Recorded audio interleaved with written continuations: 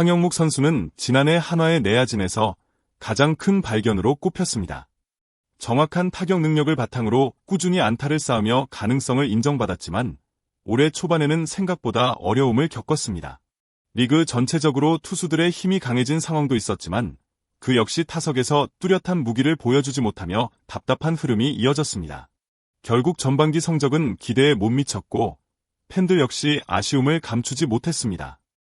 하지만 이 시점에서 중요한 것은 포기하지 않았다는 사실입니다. 황영묵은 감독의 지시에 따라 2군으로 내려가 체력과 기본기를 다시 다졌습니다. 웨이트 트레이닝을 통해 몸을 단단히 만들었고 스윙 메커니즘을 차분히 점검하며 잃었던 자신감을 회복하기 시작했습니다. 그리고 바로 이 과정이 오늘의 부활을 가능하게 한 원동력이 되었습니다.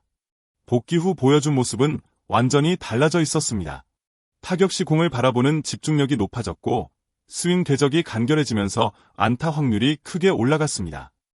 특히 빠른 공에도 밀리지 않고 반응하는 모습은 작년의 황영묵을 다시 떠올리게 했습니다.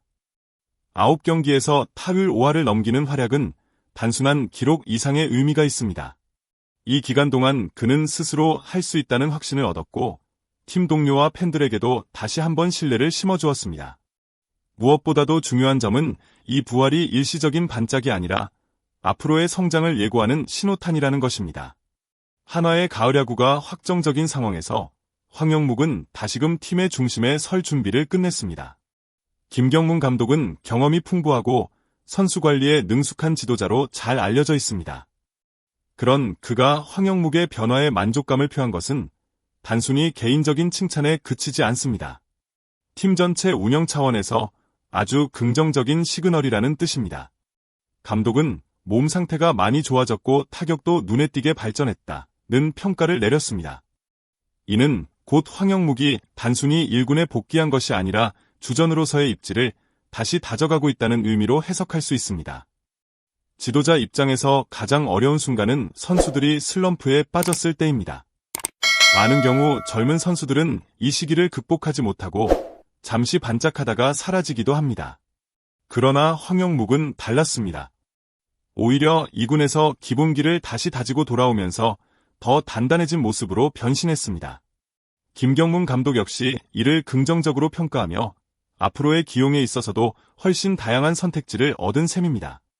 실제로 감독은 포스트 시즌을 앞두고 선수 기용의 폭을 넓힐 수 있게 되었다고 언급했습니다. 이는 단순히 황영묵 한 명만의 부활에 그치지 않고 팀 전력 전체에 파급 효과를 미치는 요소입니다. 특히 올 시즌 한화는 투수진이 안정적인 반면 타선의 화력이 다소 부족한 편입니다. 이런 상황에서 황영묵 같은 선수가 제 몫을 해준다면 팀은 한층 더 안정적인 공격력을 발휘할 수 있습니다. 김경문 감독은 경기 당일 선수들의 컨디션과 상대 투수의 특성을 고려해 유연하게 기용하겠다고 밝혔습니다. 이러한 말 속에는 황영묵이 이제 확실히 감독의 신뢰를 다시 얻었다는 사실이 담겨 있습니다. 팬들 입장에서도 김경문 감독의 자신감 있는 발언은 희망적인 메시지로 다가옵니다. 야구에서 특정 포지션을 두고 여러 선수가 경쟁하는 것은 흔한 일입니다. 하지만 한화의 이루수 자리는 특히 눈길을 끌고 있습니다. 황영묵, 이도윤, 하주석, 안치홍까지 4명의 선수가 치열한 경쟁을 펼치고 있기 때문입니다. 젊은 선수들과 베테랑이 어우러진 조합이라 더 흥미롭습니다. 올 시즌 초반에는 안치홍이 경험을 바탕으로 중심을 잡아줄 것이라는 기대가 컸지만 아쉽게도 타격 페이스가 올라오지 못했습니다. 반면 황영묵과 이도윤은 꾸준히 기회를 잡으며 자신들의 존재감을 드러내고 있습니다. 특히 황영묵은 복귀 후 맹타를 휘두르며 경쟁에서 한 발 앞서 나가고 있습니다. 이도윤 역시 기회를 놓치지 않고 좋은 타격과 안정된 수비로 팀에 기여하고 있습니다. 이런 선의의 경쟁 구도는 한화의 긍정적인 에너지를 불어넣습니다. 감독 입장에서는 특정 선수에게만 의존하지 않고 상황에 맞게 최적의 카드를 선택할 수 있는 여유를 갖게 됩니다. 이는 포스트 시즌과 같이 긴장감이 높은 경기에서 특히 중요한 요소입니다. 또 한 가지 주목할 점은 젊은 선수들이 경쟁을 통해 한 단계씩 성장한다는 사실입니다. 서로가 서로에게 자극을 주며 실력을 끌어올리는 과정은 팀 전체의 수준을 높이는 결과로 이어집니다.